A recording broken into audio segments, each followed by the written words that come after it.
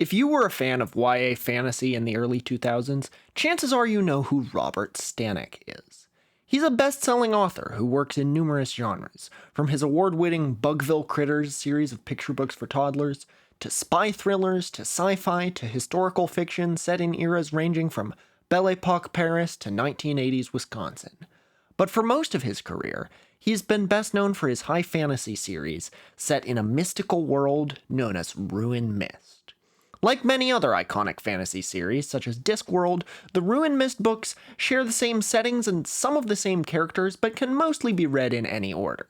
Stanek's publisher, Reagent Press, recommends kids start with The Kingdoms and the Elves of the Reaches, and adults start with Keeper Martin's Tale, while also noting for the past 20 years that the Ruin Mist books are their #1 best-selling titles. Ruin Mist was a big deal, as you probably remember. Keeper Martin's Tale was the #1 fantasy of the year in 2002 and floated around Amazon's top 50 charts for half the year. Back then, Amazon sold almost exclusively books. That's what they were originally founded to be, an online bookseller. People kept discovering Ruin Mist for a few years after that. Keeper Martin's Tale was voted a top 10 fantasy of 2004 as well, and in 2005, Stanek won the Best New Voice in Fantasy award, although presumably a lot of people complained that at that point, Stanek was hardly a new voice. He was hugely mainstream, celebrating over $100 million in book sales by 2005, almost unheard of for an author who had only been well known for a few years. While the publishing industry is surprisingly chaotic, and it's very difficult to even measure who the highest earning authors are, this most likely puts Stanek in the top 50 best-selling English language authors of all time, a rise that, in terms of earning that much in that little time, overtakes the likes of Stephanie Meyer and Rick Riordan, and pulls roughly even with Dan Brown and Suzanne Collins. And all four of those people made plenty of their money from movie adaptations of their work, but there's never been a movie based on a Robert Stanek novel, so this is arguably even more impressive. Understandably, Hollywood did try. Also in 2005, there's a forum thread where fans excitedly discussed rumors that Lucasfilm, or possibly a Japanese director, had purchased the rights to Ruin Mist. For whatever reason, that never happened. It's just an expensive undertaking to make a high fantasy movie, I guess. Maybe the studios decided that in the 2000s, with Harry Potter and Peter Jackson's Lord of the Rings, audiences were too saturated with big-budget fantasy epics for there to be a third major Castles and Dragons franchise. Okay, so now you're probably thinking, wait, yeah, why haven't I heard of this guy? Or you might be like, Tor, this had better not be another one of your misinformation episodes. It's not. I promise I won't do another one of those till it's April 1st again. Or you read this episode's title and correctly predicted that the other shoe is about to drop. I'm your host, Tor Parsons. These are my co-hosts, Jollibee the Durian and Husseino the Capybara. Thimble will be back from her fact-finding mission at the end of this week, and welcome to Tor's Cabinet of Curiosities.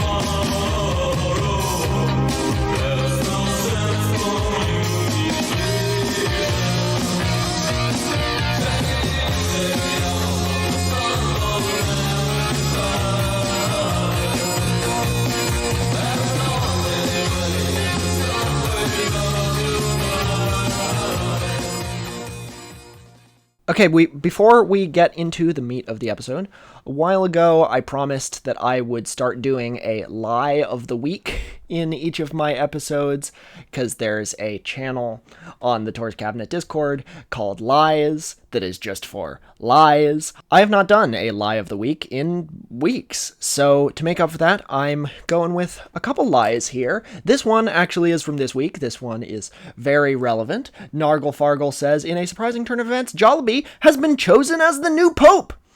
His first act as leader of the Catholic Church will be to turn the Vatican into the world's largest ska venue.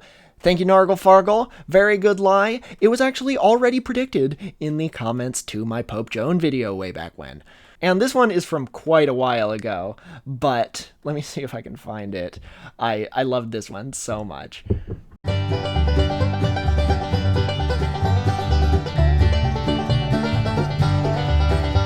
All right, yeah, this one's really good. In 2003, the Duran Duran LP had a limited release in East Asia titled Durian Durian in an attempt to bank on the rising sales of Western music in the provinces. While it's claimed as many as 500,000 were exported for sale, music historians have only found a surviving handful of copies, all of which are in poor condition due to water damage. It's theorized that an incident in the Suez Canal around that time resulted in the containers all becoming heavily waterlogged and disposed of as unfit for sale. The album was later recalled after claims the incident was an attempt to claim on marine cargo insurance, and the band settled out of court. The durian on the cover was only recently rediscovered in 2023 in Guangzhou South Station. Its piercing features, eroded after 20 years of being a display piece at a fruit stand, were restored to its original appearance upon being smuggled back to the West in an unaccounted-for checked bag. This is now the official, unofficial origin story for Jollibee. Thank you, Moonsider, for coming up with this lie. I also, that this isn't really the purpose of the Lies channel. It's more for lies like the latter two, but, I love this Spiro Agnew alternate history. It definitely tickles my alt-hist interest. I have a lot of travel coming up as well, so unfortunately this will be my last Tuesday episode for quite a while. We're moving, unfortunately, with a heavy heart, to a weekly schedule. Tours Cabinet episodes will be on Friday alone from here on out. William Robert Stanek is a family man living in Olympia, Washington. He served in the Gulf War and received the Distinguished Flying Cross, one of his rare achievements that has been corroborated by outside sources and is almost definitely true. He publishes Microsoft manuals under his first name, William, which is probably his real job and main source of income. Here, he's claimed to be Microsoft Press's top technical author for nearly 20 years and is widely recognized as one of the world's leading authorities in Microsoft technologies.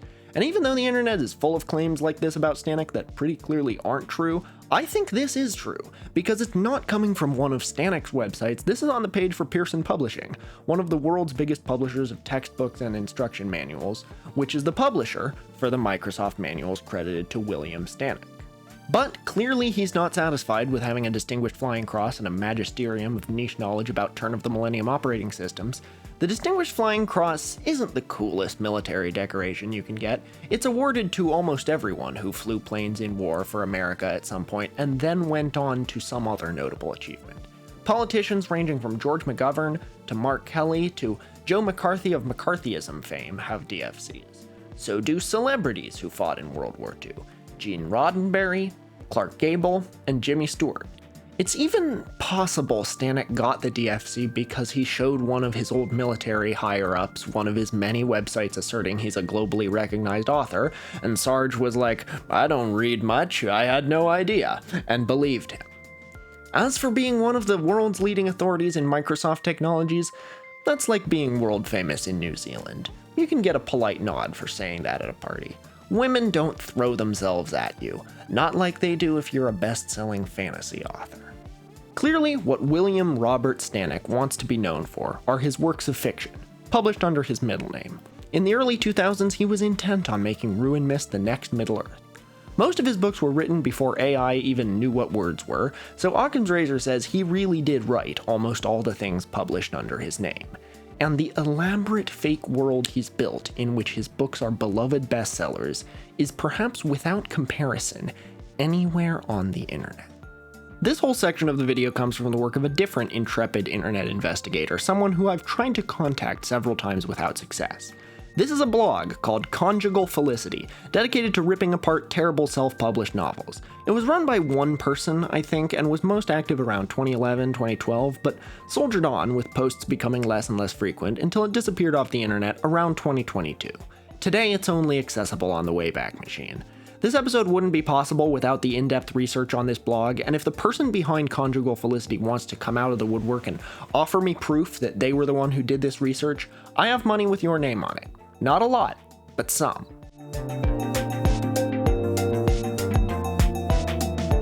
So, the number one way Robert Stanek describes himself is as a best-selling author. It says that on the cover of most of his books. He jumps around about what this means. A New York Times best-selling author? That's what people in America tend to assume best-selling means, but that's an easily searchable database, and no Stanek book has ever appeared there. Nor, to my knowledge, has Stanek ever specifically claimed to be a New York Times best-selling author, although if he was running the sales numbers he said he was in the 2000s, he probably would have topped those charts a few times.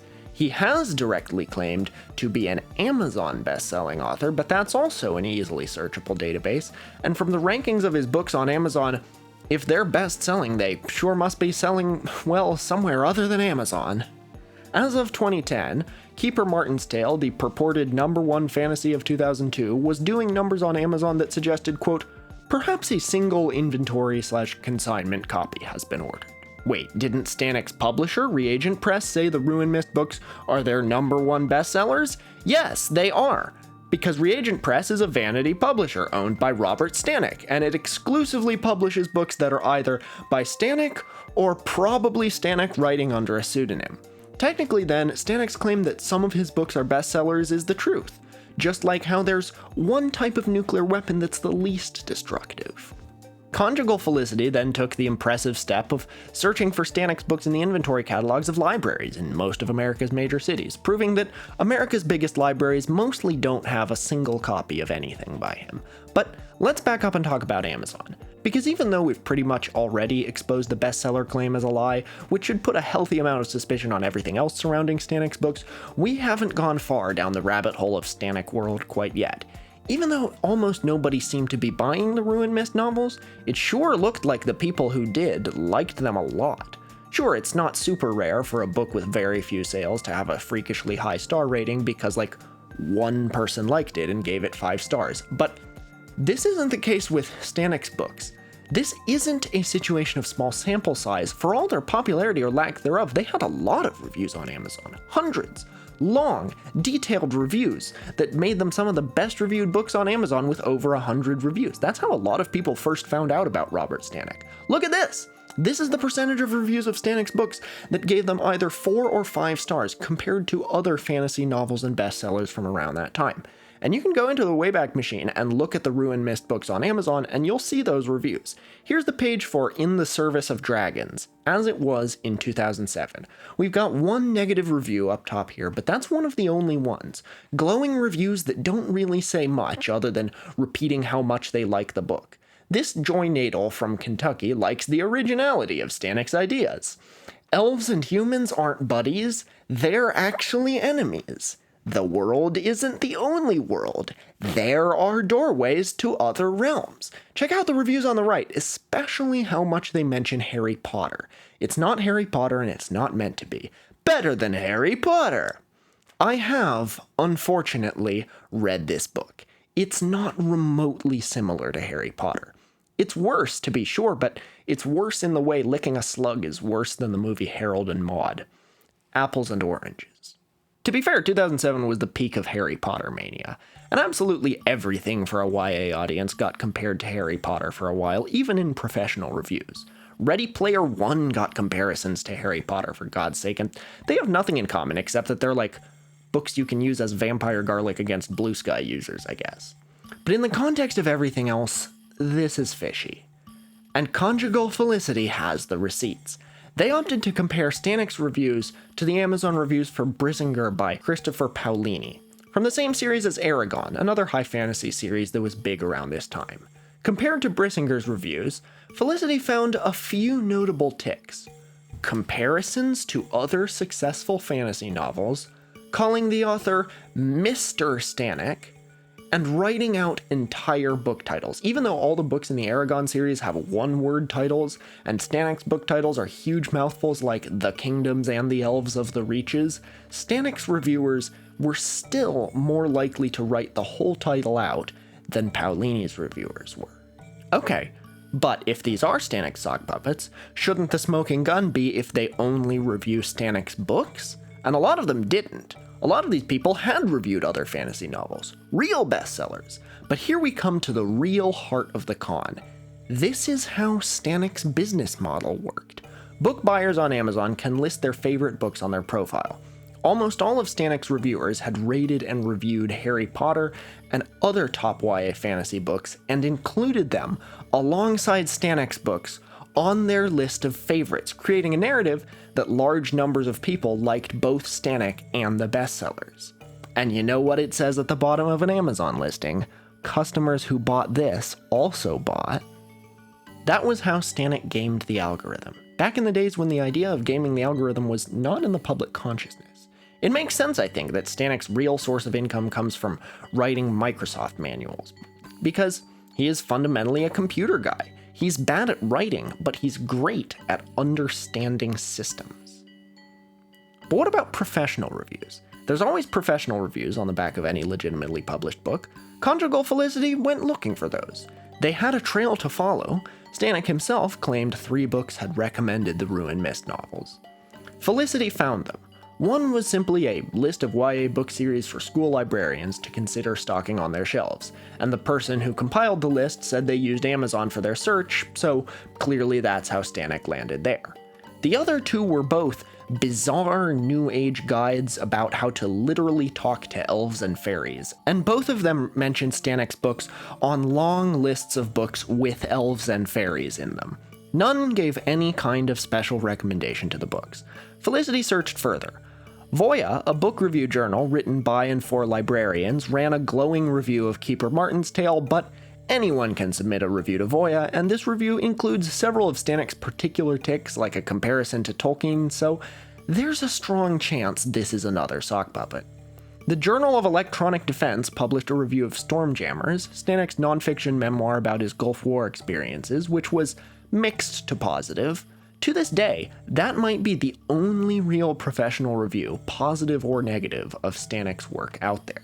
Publishers Weekly did mention Stanek and Ruin Mist in a 34-word, 2-sentence tossed offline in a 2,000-word article from 2009, which seemed to be lightly mocking it, but Stanek seemingly thought it was the closest thing he was going to get to a professional review in a major industry publication, and began spamming the claim that Publishers Weekly loved his books all over the internet, using various sock puppet accounts that all made the same specific spelling and grammar mistakes. We have not yet reached the bottom of Stanek's grift. See, there are many Ruin Mist books which purport to belong to multiple distinct series set in the same world. Alright, sounds like a detailed, richly imagined world, right? Brandon Sanderson stuff? In fact, I think Brandon Sanderson is exactly the sort of person Robert Stanek wants people to think he is. Hugely successful author whose main work consists of multiple series set in the same shared high fantasy universe, has written other books in lots of varying genres and age levels, sold millions of copies, but he's never had a movie adaptation of his books, and if you're not a classic nerd who played D&D before 5e and stuff, chances are you really haven't heard of him. But Stanek's multiple series are more than meets the eye. Conjugal Felicity, bless them, went through bootlegged copies of each of them. Remember how Stanek's publishing website recommends kids start with Kingdoms and the Elves of the Reaches and adults start with Keeper Martin's Tale? Check this out. They are the same book. There are slight variations, slight as in the kids' version has its chapter titles written in Comic Sans, slight. Somewhat more unique is the Dark Path version, which Stanek claims is a retelling of the events of Keeper Martin's Tale from a different perspective. It's the same story too, albeit with slightly different phrasings, most likely an earlier draft. In the 2000s, Stanek was promoting his high fantasy series to cash in on Harry Potter and Lord of the Rings mania. In the 2010s, when a different high fantasy series reached mainstream popularity, Stanek retooled his same books a 4th time, under suspiciously familiar yet stupider titles. A Clash of Heroes, A Dance of Swords, A Storm of Shields, yes, shields, and A Reign of Dragons. Okay, so now Stanek thinks he's got a lot of the things a real author would have. Claims of being a bestseller, good reviews by professionals, good reviews by ordinary readers. But what's something best-selling authors have that you can't really fake? Recognition from other best-selling authors. Naturally, Stanek tried to fake this too. When Stanek was first discovered by the writing community in the 2000s, they passed around this photo quite a bit. Stanek purports that this shows him and Redwall author Brian Jakes, yes, the guy's last name was pronounced Jakes, signing books together in 2005.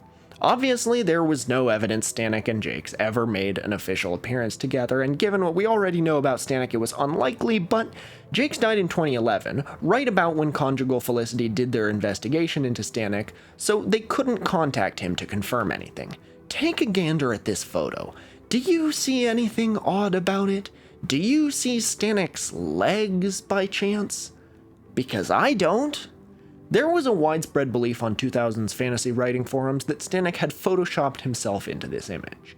This made Stanek hopping mad, and, in a sense, this was one of the few accusations levied against Stanek that didn't end up being true. He released more candid photos showing that he really did meet Brian Jakes in 2005, but he did mess with the original photo to make him seem more legit, just not in the way people originally thought. These two photos are obviously taken seconds apart.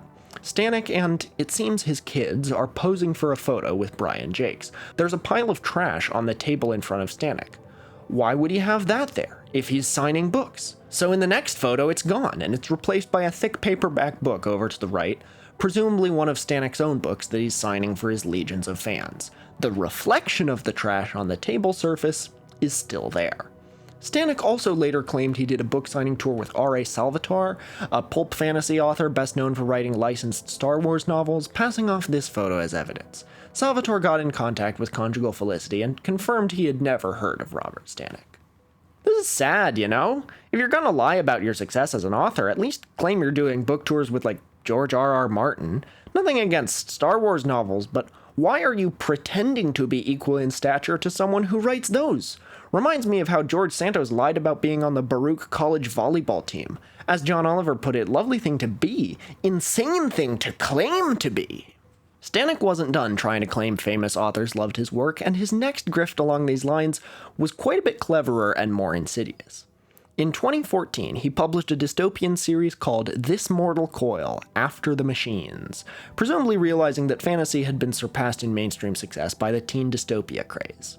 It featured these 8 reviews by, well, authors. Notice anything? There's the hallmarks of Stanek's sock puppets. He's always very open about the bandwagon he's trying to jump on, and this time it's the Hunger Games. But do you notice anything else? Do some of these names sound familiar? Like Emily Asimov? No, you're thinking of Isaac Asimov, one of the most influential sci-fi authors of all time. Emily Asimov is an author published by Reagent Press, therefore almost definitely a pseudonym for Robert Stanek, and has published such bestsellers as Interview with the Zombie. And in her author bio, she seems to be claiming to be Isaac Asimov's granddaughter without saying that outright. Double lawsuit time! How about Margaret Brown? Doesn't that name ring a bell? No, you're thinking of Margaret Wise Brown, who wrote Goodnight Moon. And Mary Osborne? No, you're thinking of Mary Pope Osborne, who wrote the Magic Treehouse series. Other than Emily Asimov, authors with all these names have published extremely simple children's picture books about animals and the alphabet and stuff, which I could throw together in a few minutes on Canva, through publishing companies called My World Books and Wonderful World Press, both of which have exclusively published those authors, who have the same names as famous authors, so that they can add credibility to Robert Stanek's Hunger Games cash-in. That is an impressive level of commitment. Well, Stanek can't get any more weird and obsessed, right? Oh, you sweet summer child. What's another thing star authors have? Fandoms of people who talk about their work. The golden age of Stanek's grifting coincided with the golden age of forums in the 2000s, so there should be a Robert Stanek fan forum, right? There is! There's the Robert Stanek message board, ruinmist.proboards.com. It has a ton of channels where you can do damn near anything related to Ruin Mist. Discuss series set in the Ruin Mist world that I'm not sure ever got released, and if they did, were probably a re-release of the existing books. Learn about Robert Stanek himself, share Ruin Mist fanfic and fan art, learn the chess-like game Stanek's characters play in Ruin Mist, Kingsmate, discuss rumors about Stanek, and even roleplay as the royal houses vying for control of Ruin Mist. And do people post on it? Back in the 2000s, they did, or more likely one person did, posing as many. It's one of the most surreal places I've ever encountered on the internet. Maybe Stanek paid multiple people to excitedly discuss his books. There's evidence that Stanek did have a few unironic fans, but a number you could probably count on one hand. Back before most review sites cottoned on to Stanek's scheme and mass deleted all the reviews of his books, a few people in the writing blogs where I'm sourcing most of this claim they saw a handful of negative reviews of some of Stanek's books that then concluded by recommending a different Stanek book, saying it was much better. Maybe this was a more sophisticated Stanek sock puppet tactic, but maybe it meant some people really enjoyed some of his books. One particular power user on the Stanek forums, Sparhawk, who is allegedly from Bulgaria, has sometimes been cited as Stanek's lone, true, and honest fan, but I don't think there's strong evidence he's not another sock puppet. Sparhawk does link to a pretty big, pretty active Bulgarian fantasy fandom website, which he implies he owns, but there's no real evidence he really does. The moderator of the Robert Stanek forum is a guy calling himself Shire Hobbit. We get it, Stanek, we know what you're a fan of. And threads tend to go like this. Shire Hobbit posts nothing, and a few other usual suspects, typically Huntress, Adrena Alder, and Sparhawk, respond with lots more nothing. There have been no posts in over a decade, and there were never more than one thread on each book.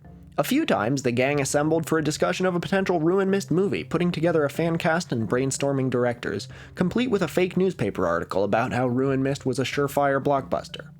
Which is honestly a fun and normal thing to fantasize about when you're a writer, just don't do it on a public forum through sock puppet fan accounts.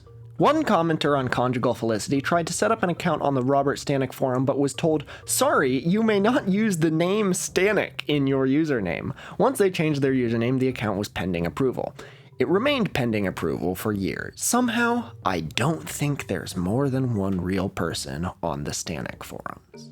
Are there other fan sites? Supposedly there are. The Stanek message boards include a page headlined Top 25 Fan Sites, which does the rare for Stanek feature of under-promising and over-delivering, serving up links to 34 fan sites instead. Most are dead GeoCities and Angelfire pages. Some of them are Robert Stanek's own sites that don't pretend to be anything else. The ones that purport to be made by fans barely include any content, usually just a list of his books and single-sentence reviews. I like these two because this one has people ruin misting all over the place, and this one includes the phrase, complete scoop and poop. Stanek even incurred the wrath of Wikipedia, which is when you know you've really fucked up. When you fight Wikipedians, they will win. Wikipedians are the world's most devoted truth seekers. I don't think it's possible to be totally unbiased, but I also think saying that gets used as a license to be emotionally biased and see everything through an ideological lens, and it's good to strive to be less biased. That's what Wikipedia does better than any website or, I think, any pre-internet organization that has ever existed. Whereas Robert Stanek clearly bought into the claim that, oh, anyone can edit Wikipedia, right? And was in for a rude awakening when his creation of numerous pages for him and his books ran up against the real truth-seeking mission of Wikipedia. He even inserted a link to one of his books on the page for literacy. Wiki moderators put out an alert warning of Stanek's shenanigans, and all the pages were deleted and salted, meaning nobody can create them again. And that, ultimately, is the bottom line. If neither you nor any of your books have a Wikipedia page, even if nothing else up to this point had been suspicious, you are not a best-selling author.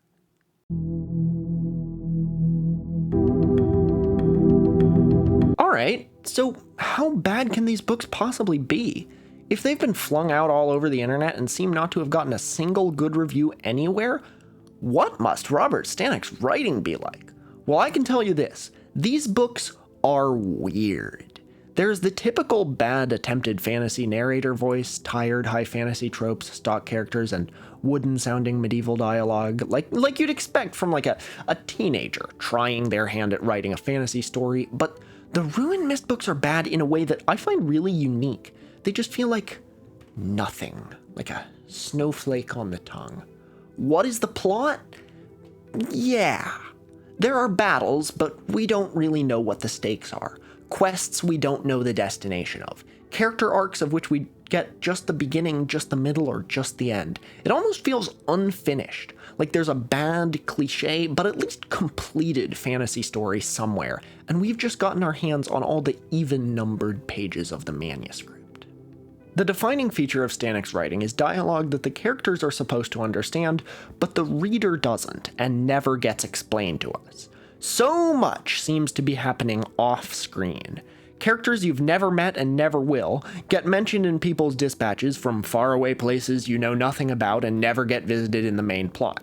That happens in Tolkien a bit, but there it really is to flesh out the richly imagined world and rarely carries important plot information. In Stanek, it's the main way the plot moves forward, and you have to intuit what's going on from these faint flashes of something big happening. I guess he's trying to go for naturalistic dialogue, the sort of conversations these characters who already know all this stuff would really be having. But it doesn't work. Keeper Martin, the title character of Keeper Martin's Tale, is actually a minor character who is the House of Alder's official lore keeper. He doesn't have much of a role in the plot, but we're supposed to believe this is his story as in he wrote it. You know this because this is the drawing of Keeper Martin used in the book. The third-person omniscient narrator is meant to be thought of as Keeper Martin, so that, I guess, is why we don't get things explained to us. He's writing for people in his own world who already know about the broader magical history of Ruin Mist. And he wasn't there through most of the events in the books, so he's something of an unreliable narrator who presumably has an interest in making the House of Alder look good. It's kind of clever, and could potentially be pulled off well by a better author, especially if you were to write a parallel novel, like Stanek claimed he did, from a different POV. As it is, I don't know any other bad authors whose books are unreadable because they do too much showing and not enough telling, so at least Stanek's style is distinctive. TV Tropes has a page called Aerith and Bob, about how jarring it is to see fantasy character names juxtaposed alongside normal familiar names. It's hard to avoid in most fantasy. Either you create names that are so weird no real character could ever have them, and that would jolt people out of the narrative, or you just give your characters names that your friends could have, and that would jolt people out of the narrative. So you've got to strike some kind of balance. And if your book is set in a real historic era, well, some names stood the test of time and others didn't. For example, it would be perfectly realistic to write a book set in medieval England in which you have brothers named Ethelstan and Bob. Bob, as a nickname for Robert, goes back that far. Any novel not set in present-day America will probably end up being a bit Aerith and Bob, and that's okay. But it's also good to keep that TV Tropes page in mind to avoid the more egregious cases. I once read an actually published bad high fantasy novel in which there was a character named High Lord Kevin. Ruin Mist has a really serious case of Aerith and Bob. Our two main characters are Adrena, a princess who finds the royal life stifling and bristles at the expectations the court imposes on her, and Vilmos, a young elf on the run from the high priests for his illegal magical powers. Some characters have vaguely Japanese or Chinese names, like Midori and Chancellor Yi. And then, in the background, a struggle is occurring between the House of Alder and the House of Tyranth. You know you're the baddies when you have Tyrant in your name. And they have various kings. It's not clear who rules what, but the houses are headed up by guys named King Andrew, King Charles, and King Mark. Oh, hi, Mark. There are elves with names like Brother Leon, Brother Galen, and Brother Seth.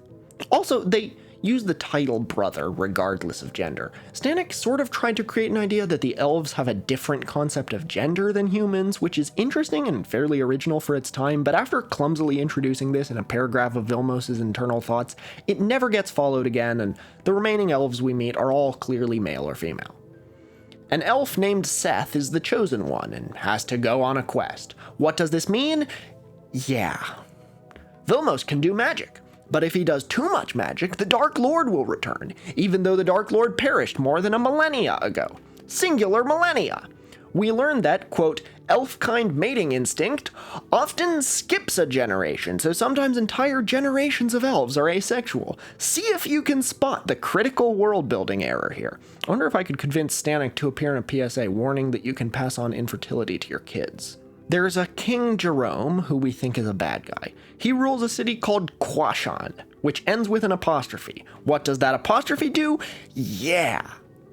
Adrena's friend, Guardsman Emil, rides a special extra-fast black horse named Ebony Lightning. There's a city called Alderaan, We go back to Vilmos. He has an out-of-body experience, and a mysterious voice calls it non-corporeal stasis, which is a fairly sci-fi bit of jargon for our high fantasy story. Fuck it, you know what? Nothing's happening. Or rather, things are happening, but not in any apparent order or logic. You know what? Let me just pull out some of my favorite quotes. "Running is pointless," Brian said. Yeah, because they're in boats at this point. Also, I wonder if Stanek has a friend named Brian, who he was like, I want to put this guy in my fantasy novel, but how do I make his name fantastical? As it is, Brian is something I don't think I've ever encountered. Aerith and Bob in a single name. Draw the energy into you, but slowly. Only build the power that you need, instructed Zith. By the way, this is Zith. Vilmos draws the power in slowly and says, I can feel it! Adrena regarded Father Jacob with serious eyes. Are you patronizing me?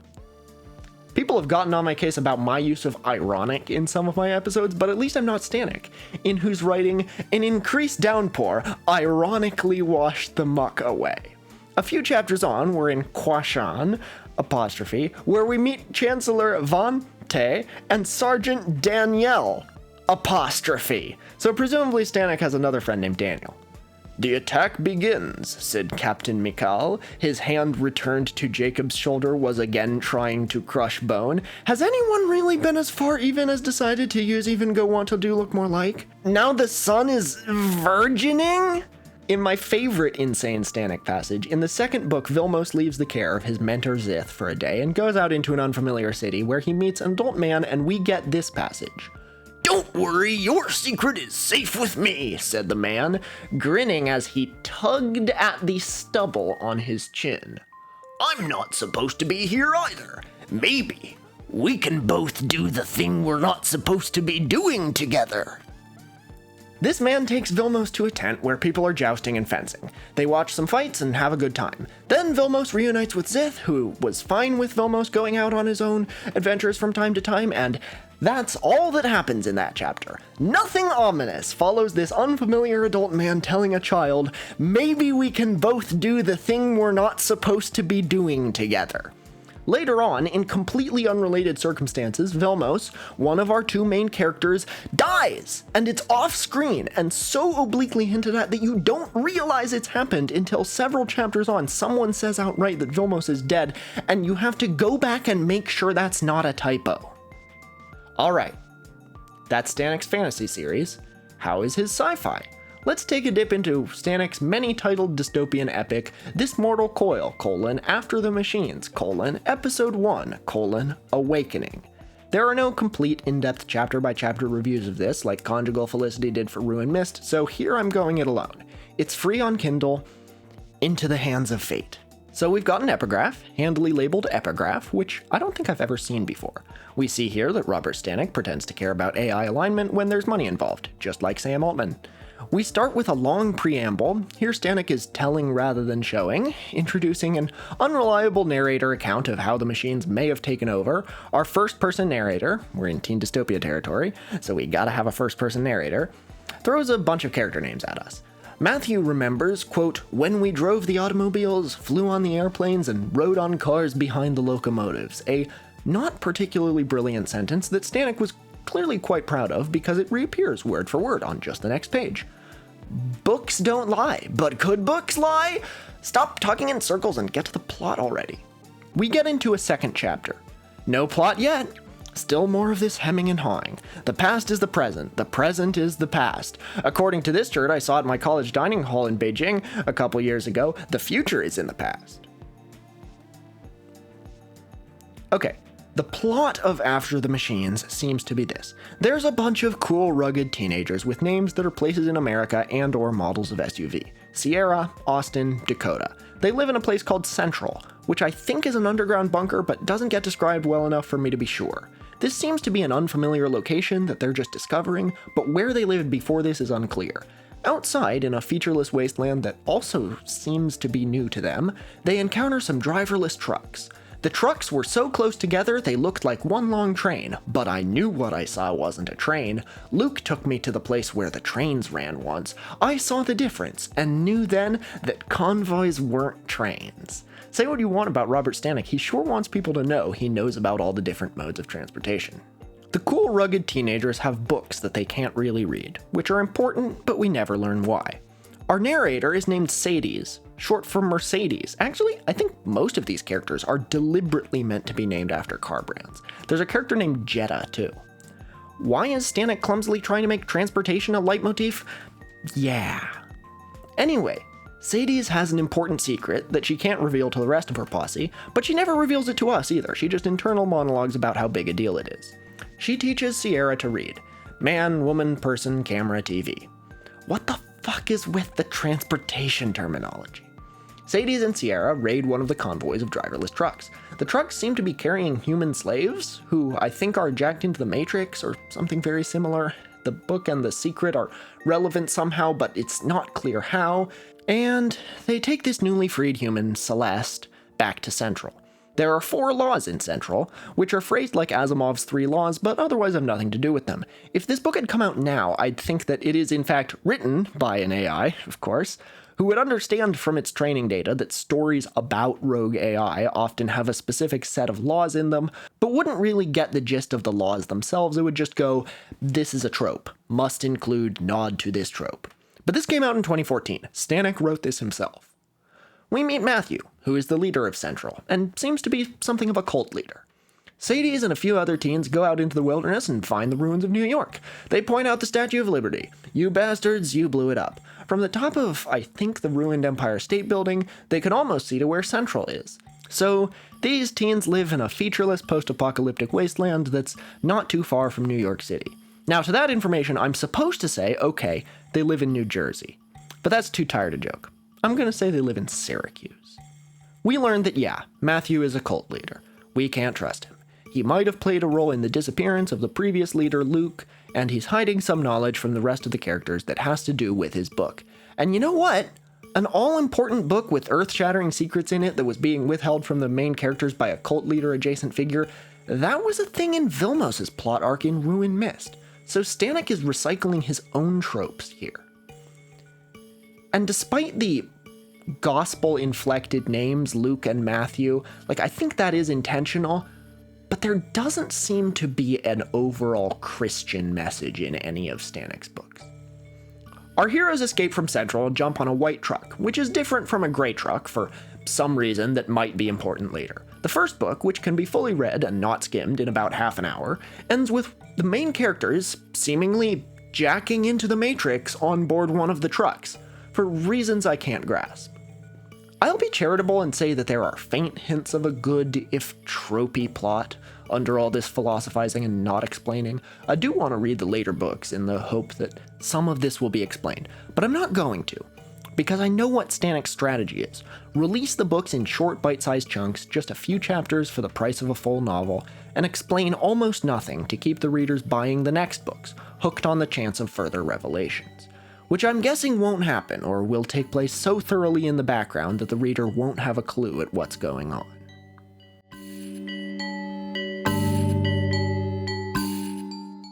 It's been over a decade since Conjugal Felicity put out The Life and Lies of Robert Stanek, and Stanek had already been at it for at least a decade by that point. There are elected officials younger than some of the Ruin Mist books. Stanek is still around, and as far as I can tell, still grifting. He has numerous websites. You look up Robert Stanek and the whole first page of Google results consists of his different websites, some under the name William Stanek. He's got 2 Twitter accounts, William Stanek and Robert Stanek, both of which have blue checks, of course, and both of them post the exact same things. I follow them both, since I don't remember when, because I've wanted to make this video for a good long time. But the Robert Stanek one follows me! Which I just discovered a couple days ago while I was writing this script. Okay, this is my first episode about someone who I'm social media mutuals with, I guess. Maybe John Brinkley will give me a follow next. He'd have had a blue check if he was around today. Stanek may have finally given up on Ruin Mist, considering that high fantasy isn't the top-selling genre anymore. It'll come back into style, everything that dies someday comes back and all, but now he mostly posts about his Bugville Critters books. and his websites no longer announce him first and foremost as the author of Ruined Mist. It seems he most wants to be known as an author of inane kids' books. That's certainly easy to crank out a lot of. He made a last attempt at repackaging the Ruined Mist series sometime around COVID, the book's 5th re-release with new titles, now trying to claim that they're part of something called the 100 Worlds universe, since I guess shared multiverses were the hot new thing in popular fiction around then. Stanek's new claim on most of his websites is that he's sold 20 million books, which is a bit more believable than the hundreds of millions he used to claim, though still way off. I was able to find a claim as recent as June 2020 that he had made $200 million in book sales. Also, check out what Stanek's talking about here. He got really into the Black Lives Matter and Stop Asian Hate movements in 2020, now claiming that the reason he self-publishes, despite being such a successful author, is because mainstream publishers are racist. He continues to try to tie himself to popular best-selling authors. According to this undated but I think recent blog post, he met J.K. Rowling 2 years before Harry Potter and gave her life advice. In 2020, he reached for a bit more of a deep cut, claiming to have personally known and been mentored by Wallace Stegner, a Pulitzer-winning author of westerns who died in 1993. Wonder if any of Stegner's relatives are around to fact-check this.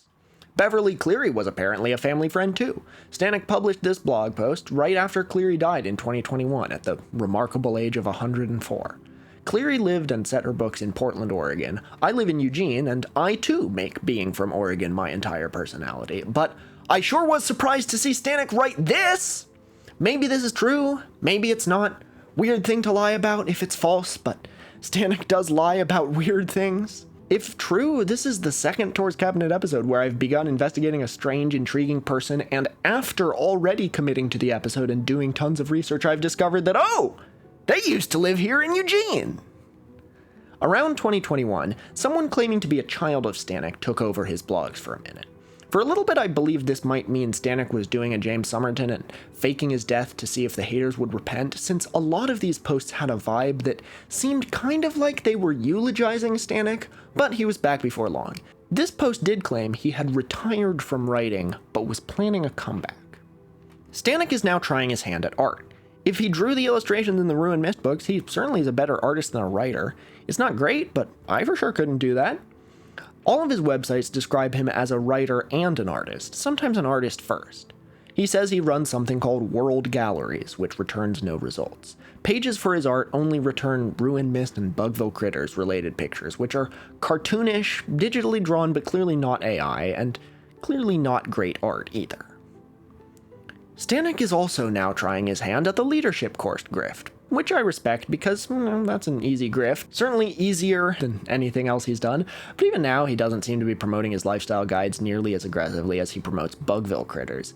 He claims to have a daughter with Down syndrome, which I'm pretty sure is true and, humanizes the man a little, but just a little.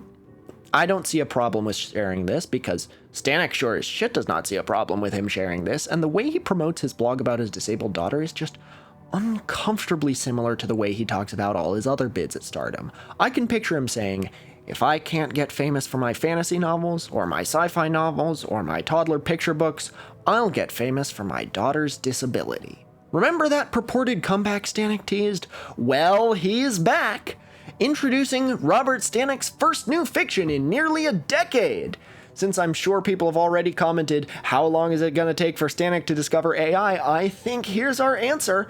Historical fiction is a genre Stanek hasn't attempted until now, one that I've heard LLMs are especially good at, and the obviously AI-generated cover doesn't bode well for what's inside. He's put out 4 works of historical fiction in the past few months, of which the other 3 are set in small-town America at various points in the 20th century.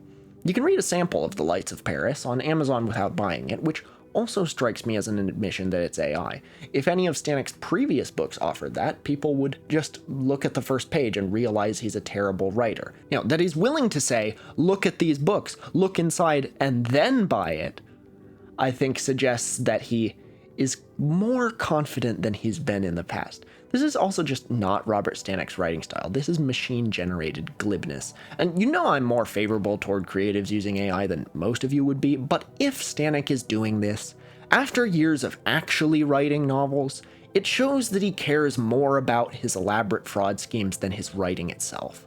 What passion he once had is gone. How does Stanek respond to all the people documenting his shenanigans? The narrative Stanek chose to promote, as soon as people cottoned onto his scheme, was that he was getting too successful as an indie author and the big publishers were out to get him. If you've read something attacking Robert Stanek, that's why, so say his many blogs. He shows that you can be self-published and still sell millions, apparently, and the publishing giants are terrified. Here he takes a victory lap, the indie author who took on the giants and won. And in a sense, it certainly seems like he did win. If you look up either William Stanek or Robert Stanek right now, the first whole page of Google results will be his websites asserting he's a best-selling author. That's why he has so many websites, to flood the zone so that people coming across his books on Amazon don't find the blog posts picking apart his scams when they Google his name. The biggest, most informative takedown of Stanek, the Conjugal Felicity blog, is now off the internet, so now all you can find on the surface web about Stanek's grifts are a bunch of rumors on ancient writing forums. I don't know why Conjugal Felicity is gone. Most likely the person behind it just lost interest. But in Stanek's golden years, he was known to impersonate a lawyer, a specific lawyer who practiced in the Seattle area in the 2000s, and I certainly hope Conjugal Felicity didn't fold because of a legal threat from Stanek. I won't do that. If Stanek wants to sue me for libel, he can go ahead. Truth is the ultimate defense. Maybe he thinks he can threaten to sue me anyway, and I'll have to hire a lawyer and fight the legal fees, and I don't have the money to do that, so he'll assume I'll have to give in. I won't. I'll self-represent if need be. My case is strong enough. Come at me, William Robert Stanek. Put yourself on trial by suing me. Statute of limitations still hasn't closed on all that criminal impersonation. Or maybe I won't be quite so belligerent. How much money has Stanek made from all the effort he's put into his grifts? Probably not that much. We know it's not his day job. We know none of his books have sold well.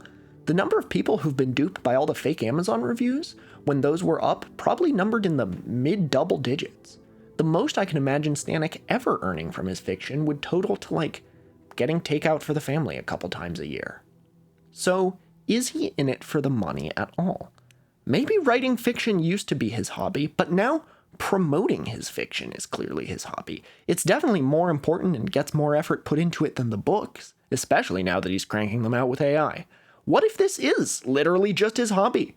Some men devote years to building model train layouts. Others build other dioramas of a fake world. So, Mr. Stanek, I'm talking directly to you now.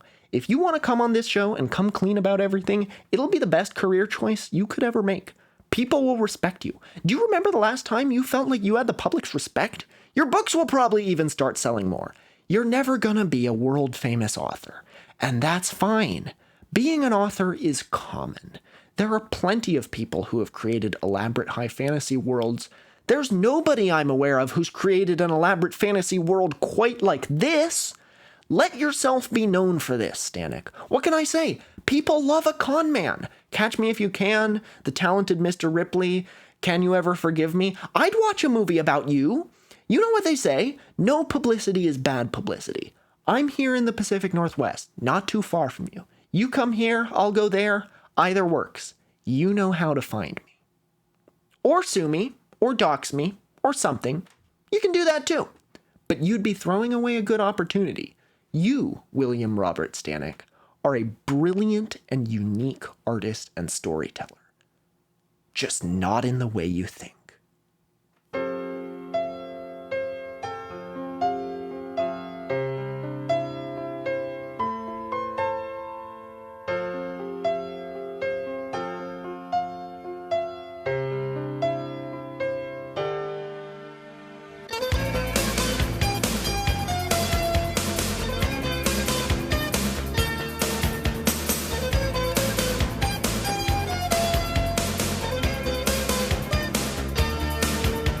Believe in something right, but you do something wrong.